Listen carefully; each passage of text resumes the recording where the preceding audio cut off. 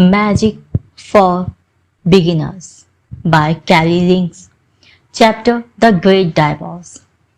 There once was a man whose wife was dead. She was dead when he fell in love with her, and she was dead for the 12 years they lived together, during which time she bore him 3 children, all of them dead as well. And at the time of which I am speaking, the time during which her husband began to suspect that she was having an affair, she was still dead. It has been only in the last 2 decades that the living have been in the habit of marrying the dead. And it is still not common practice. Divorcing the dead is still less common. More usual is that the living husband or wife who regrets a marriage no longer acknowledges the admittedly tenuous presence of his spouse. Bigamy is easily accomplished when one's first wife is dead. It may not even be bigamy, and yet, where there are children concerned, the dissolution of a mixed marriage becomes stickier. 13 years after they first met at a cocktail party in the home of a celebrated medium and matchmaker who had been both profiled in the New Yorker and picketed by conservative religious groups, it was clear to both Alan Robbie living and Levi Tyler deceased that there were worse fates than death. Their marriage was as dead as a doorknob. At least, that was what Alan Robbie said. Alan and Levi Robbie, Tyler's children, had communicated to their father via the household planchette and Ouija board a desire to be taken to Disneyland because divorce is always hardest on the children, and because Disneyland offered at that time an extraordinary discount to the dead. Their medium had agreed to meet Alan Robbie and his wife at Disneyland, which was only a 15-minute commute from her home, provided Alan Robbie Tyler pay her admission as well as the usual fee. Besides, the medium had always loved watching amusement park visitors wait in long, orderly lines. She found it comforting. The medium's name was Sarah Parmenter. Her movements were economical, abbreviated, and curiously ungraceful. Alan Robbie imagined that this was so because she could see at all times the dead crowding around her.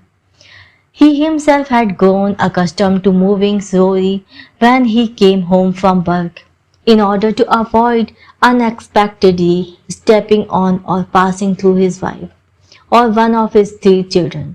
It takes great effort for the dead to make the living see them, and therefore mixed marriages rely on dedicated dead spaces, areas of floor and furniture that have been marked out with special red tape, red ties, squares of red fabric. The children of the living and the dead most often take after their dead parents. Life, like red hair or blue eyes, is a recessive gene. Alan Robbie Tyler longed for a better, less complicated relationship with his children. He wanted to know them better. Who does not? Sarah Parmenter and Alan sat on an uncomfortable bench beneath a pink bougainvillea. The 3 Robbie Tyler children were ignoring a "you must be this tall" sign. There are advantages to being the child of a mixed marriage. The usual rules don't apply. Their mother, Levi, was sitting in the crown of the bougainvillea above the bench, shaking down the papery flowers. He loves me not. He loves me not. The bougainvillea hung like tiny lanterns in Alan Robbie's longest hair and in the curl of his collar. He ignored them. Levi got up to worse things At one time he did found her behavior enduring. Levi Tyler had stopped living sometimes around the turn of the century. She had been 22 and unmarried. She had died of tuberculosis. Even in death, she still trembled and coughed silently, so that the bougainvillea shook too. She was both older and younger than her husband. Marriage and the birth of 3 children had only made this more true. Explain this to me again, Alan. Sarah Palmerton said, you say that you and Levi had talked about this a great deal. You agree that there are irreconcilable differences. You say you both want this divorce. Yes, Alan said. He looked away. He wore an expensive shirt in a shade of red that the dad was supposed to find attractive. He wore lipstick in the same shade of red, and there were greasy little flakes of it on his front teeth. Red fingernail polish. No doubt the soles of his shoes were red as well. Was it for Levi, despite their difficulties, or for his children, to draw them near? Sarah wondered why the living, who were so very much more solid after all than the dead, so often looked shifty and deceitful to her. She tried not to be prejudiced, but the dead was so beautiful, so fixed, and so fluid, like seeds of calligraphy. They belonged to her, although she told herself that she was wrong to feel this way. Levi says that this is your idea, not hers. Sarah said, that's what she is telling me. She says that there have been difficulties. She admits that. She says that the children take up a great deal of her time. She says that your romantic life has suffered. She says that there have been arguments, smashed dishes, icy silences, bouts of unearthly beeping. She knows that she has a temper, but she says she still loves you. You don't understand her, but she still loves you. She says she wonders if you have met someone else. I don't believe this, Alan said. He laughed. He looked around as if Levi might suddenly, finally at last, materialize. But he never once looked up at the top of the bougainvillea. Why is she saying this? I sat up all Tuesday night with the Uza board, helping Carson and Essie with their homework, and she never said one single word to me. Carson said that Levi was down in the basement, folding laundry, but I think it was one of the kids who was folding laundry, covering up for their mother. I think Levi has a boyfriend, a dead boyfriend. Some days I don't even feel like the kids are mine. I love them to pieces, but it's hard for me thinking that they don't really belong to me. They already spent so much time with their mother. Who knows what she says to them about me? Levi says, you are jealous of her friend. Sarah said, she says she is the one who should be jealous. She says that you only married a dead woman because you like the people at your work to think you are trendy. She says she can see the way you look at living women. You are always flirting with women at the grocery store.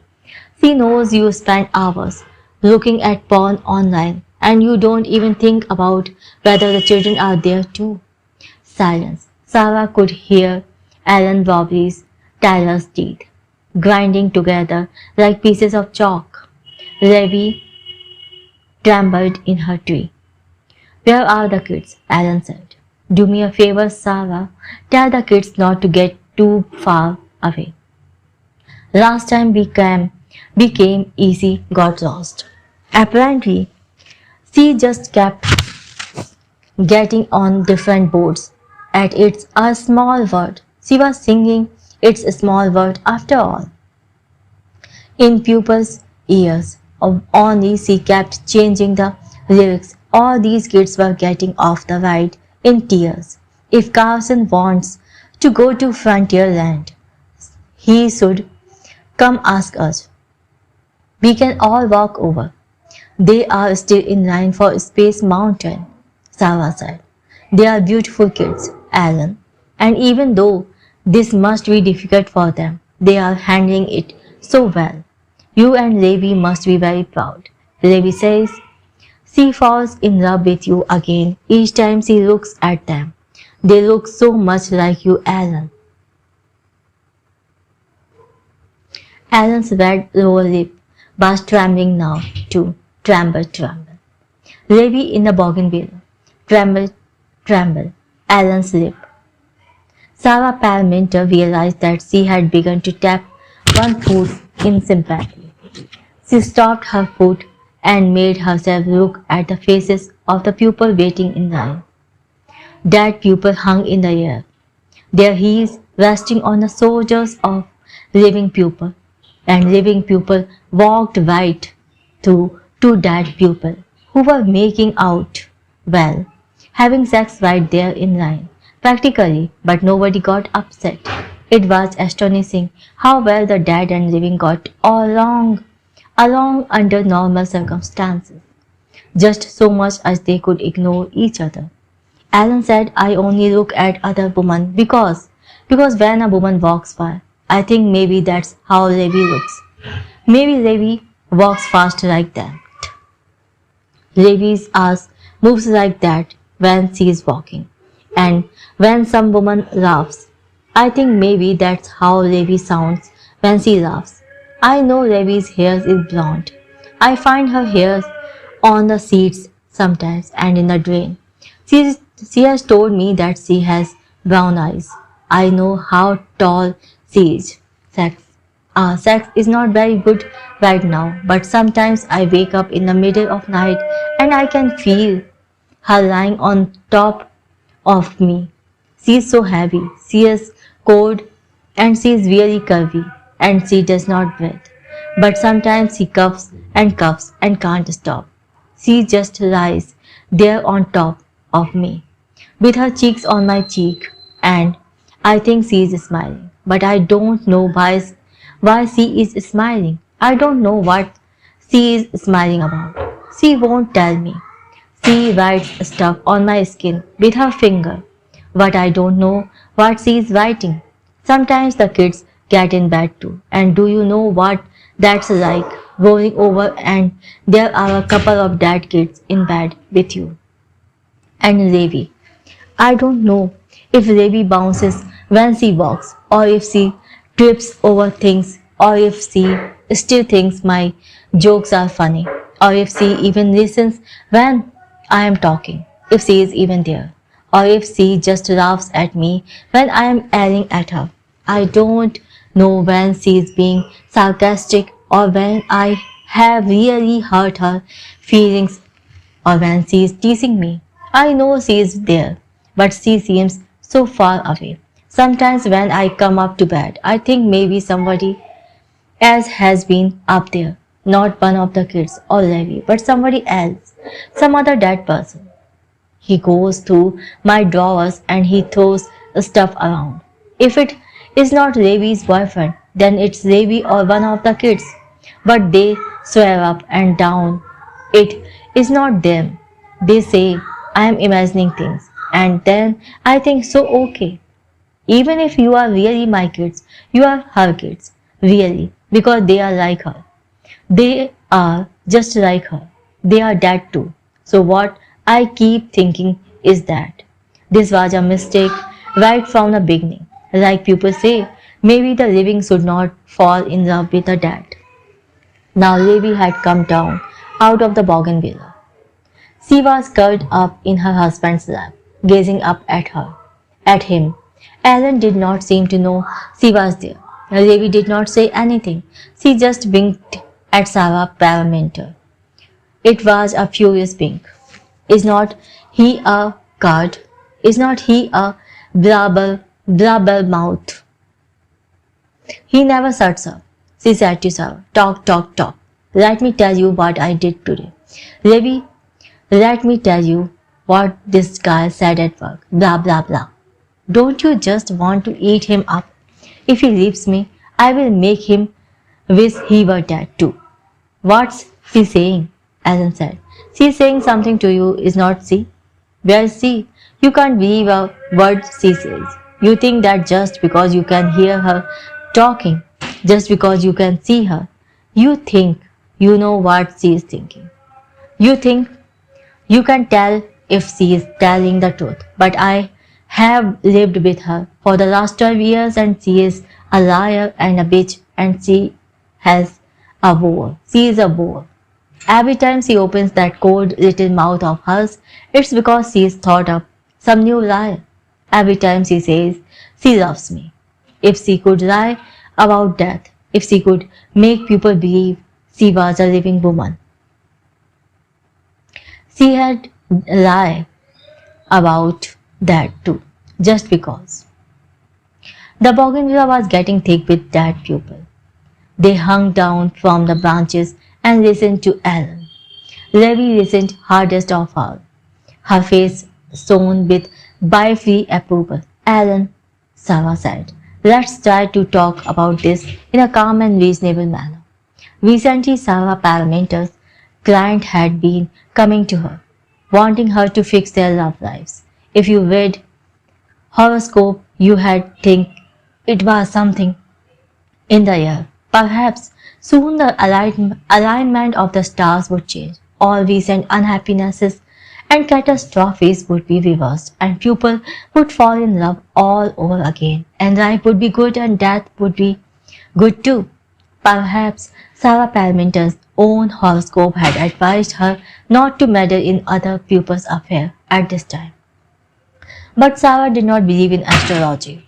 Her cousin Fred was also a medium, and his clients were just as difficult, just as unhappy. Sarah and Fred sometimes sat out on her balcony in the airless, dirty yellow afternoons, watching cars go up and down the ramps of the I-5.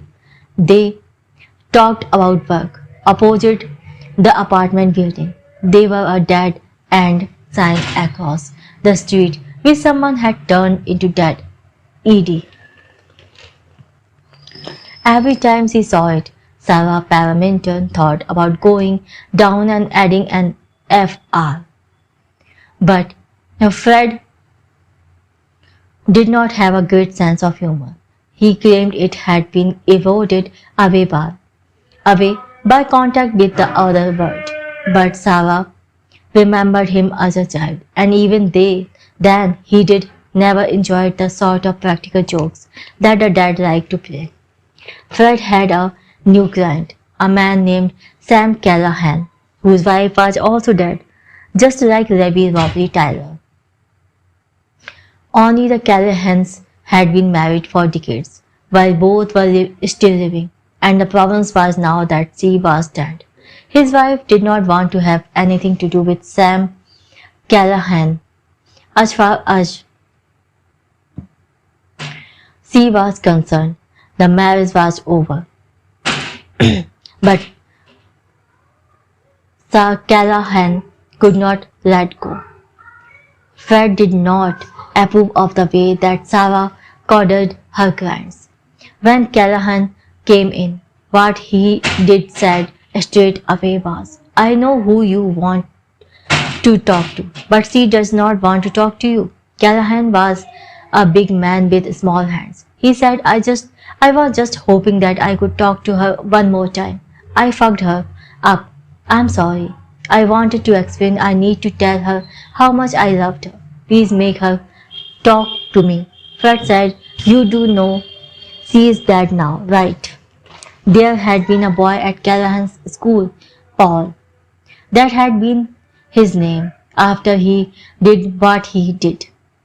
He still was not very popular, but he became more distinct. He came into focus. The name of the girl he did done it for, Popsicle, a nickname, because she was so cool. Everyone at school followed Popsicle around. Even the girls had crushes on Popsicle. People gave her things. Sometimes at recess, there was an ice cream truck parked across the street. Somebody bought Popsicle, a cherry popsicle. Paul came back with 6 ice creams. a screwball, a popsicle, two creamsicle, a fudge pop, an ice cream sandwich. He spent all his lunch money. His hands were full of ice cream. He bent and stood in front of Popsicle. She said something like, I can't eat all those. Paul said, I will eat them for you, to prove how much I love you, as if they had been arguing about it. Nobody even knew if he had ever said anything to Popsicle before. All the other kids stood around and watched. Those who were not there, who were not watching, were pretty sure later on that they had been there. They had heard the story so many times. Callahan thought he did been there, although really he had not. When he fell in love for the first time, he remembered Paul's hands, Popsicle's polite, confused smile.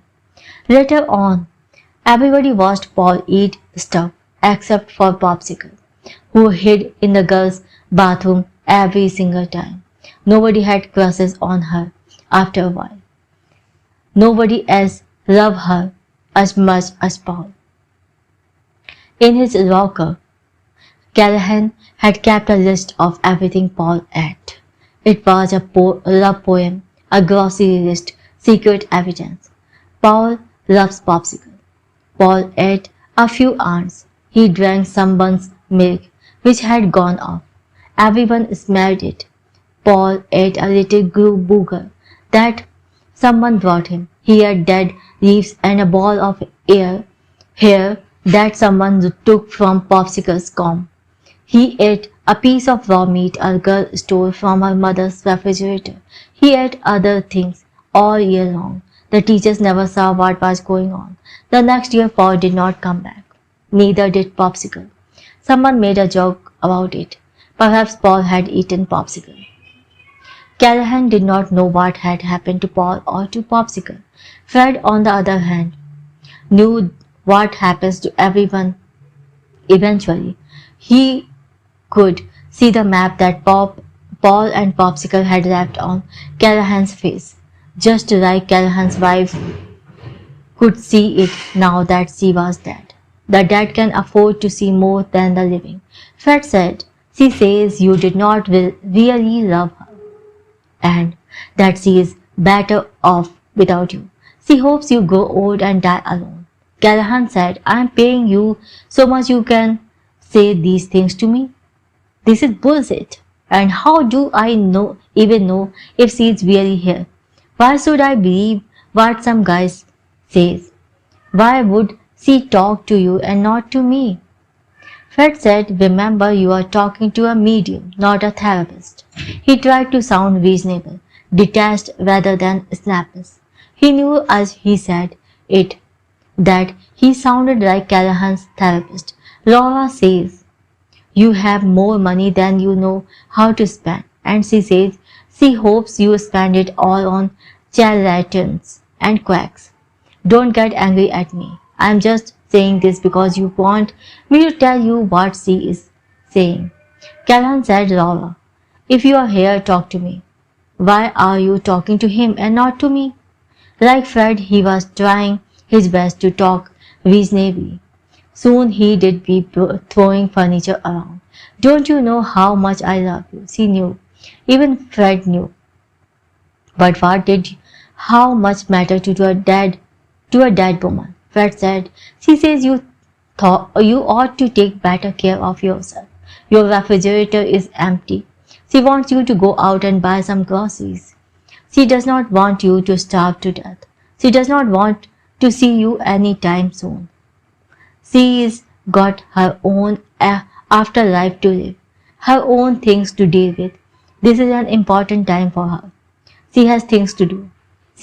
So is that it? Callahan said.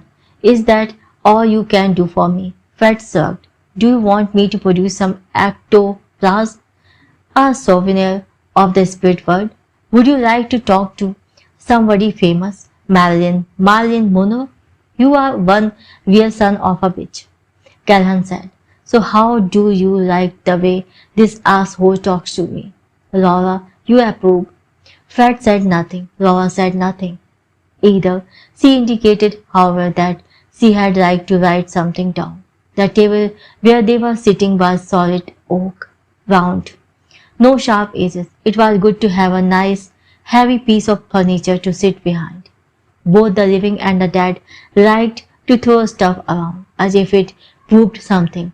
Fred kept a pad of paper and a ballpoint pen on the table.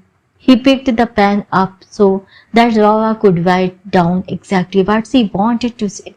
He did not watch as Laura wrote. It was uncomfortable, watching someone else use your hand. The fingers always looked too wiggly, stressed. Laura dragged the pen across the page as if Fred's fingers were bags of dirt.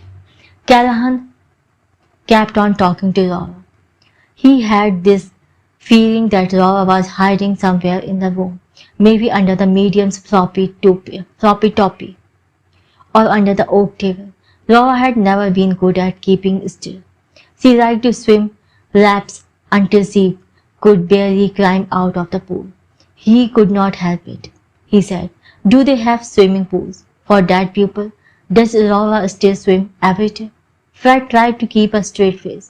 Swimming pools.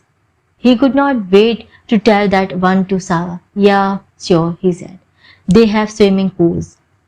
Laura's learning to play bridge, and she is thinking about getting a dog. You know, for companionship." Callahan thought about that. He could learn how to play bridge if that was what Laura wanted. He was sure he could feel Laura moving around the room, brushing her fingers against the walls, sliding behind the curtains at the window, touching the backs of the chair where he sat. But Laura never touched him. What if she touched him and he could not feel anything? How was all this supposed to work? If they tried to make it work, they had been married for almost 30 years. Fred read what Laura had written. Terrible handwriting, even for a dead person. "So she wants you to throw a dinner party, but she does not want you to invite anyone else. This is the menu she has given me. She says you want to prove you love her, then prove it. Make her dinner." Callahan said, "I used to make dinner for her all the time." Fred said, You will notice I have not asked you why she is so mad at you.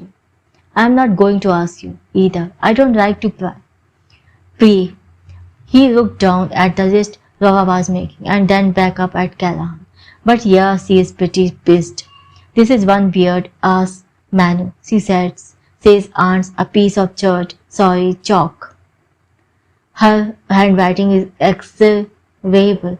Old milk, vinegar, popsicles, erasers, grass, sawdust, sand, dirt. She says if you really love her, you will show her how much you love her. So what did he do? Sarah Parmenter said after a while. Is he doing to do it? I don't know, Fred said. I just thought it was a kid of kind of funny. He wrote me a check and it bounced.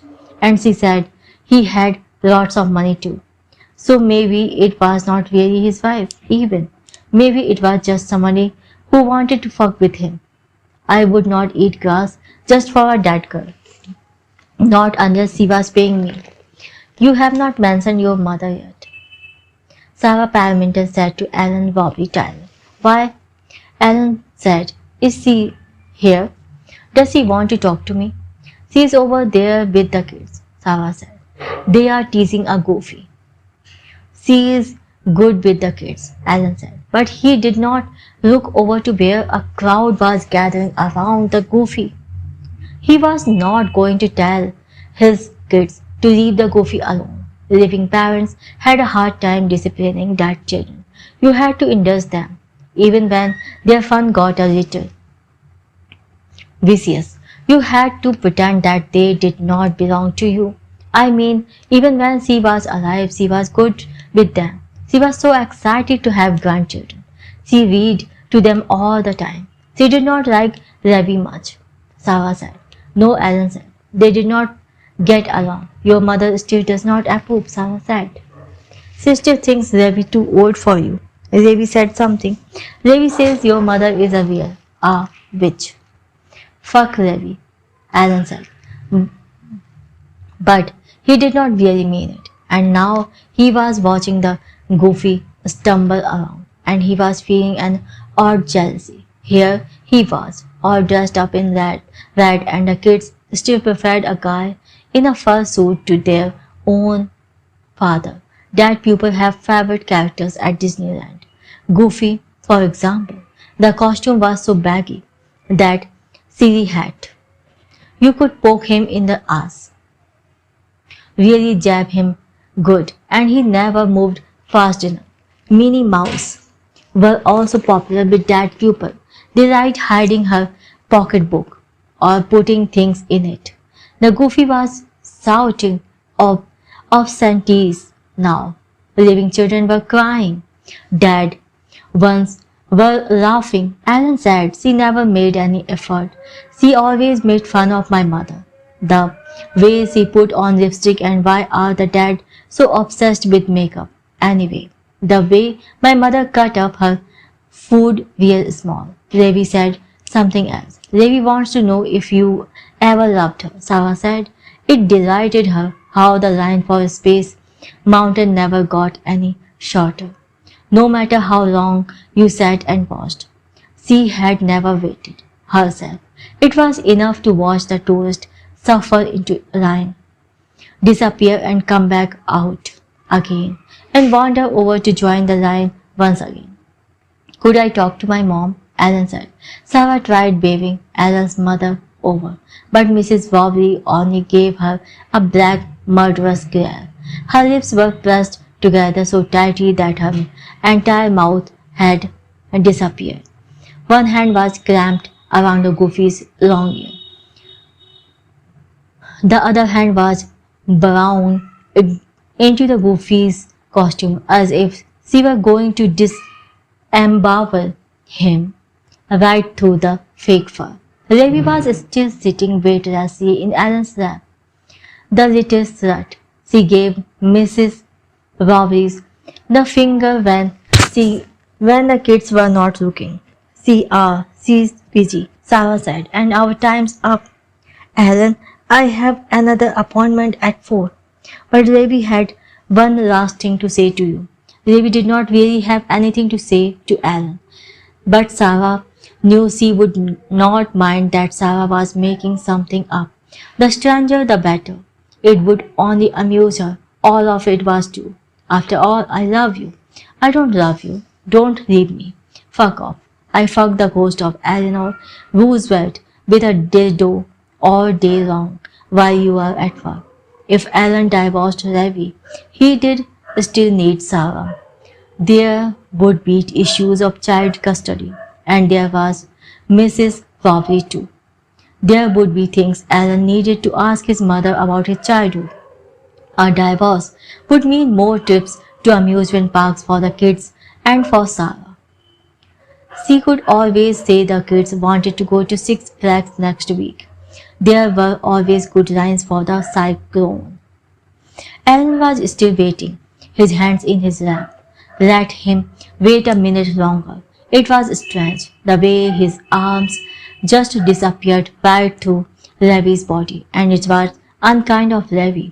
Sarah thought to say it like that. It was indecent and unkind. Some day she might write an etiquette book for the dead, although it would be the living that ended up reading it, no doubt, and one ought to draw a veil over certain things, or at least not pull the veil back too far. Sarah had talked to a historian once. Had he been a living man, or had he already been dead? He was certainly dead now. About the past. The past was, of course, a different country, a different amusement park, and the lines were much longer. The dead did not know the way back any better than the living did.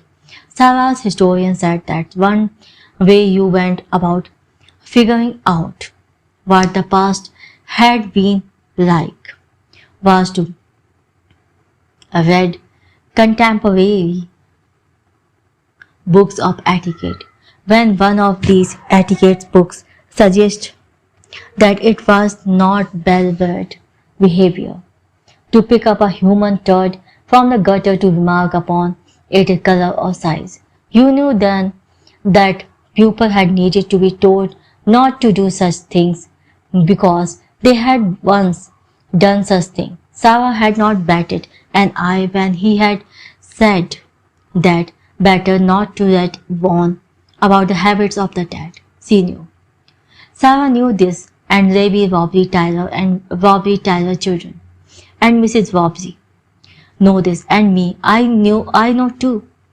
Even as I have been telling you this story, I have not described things exactly as they went on.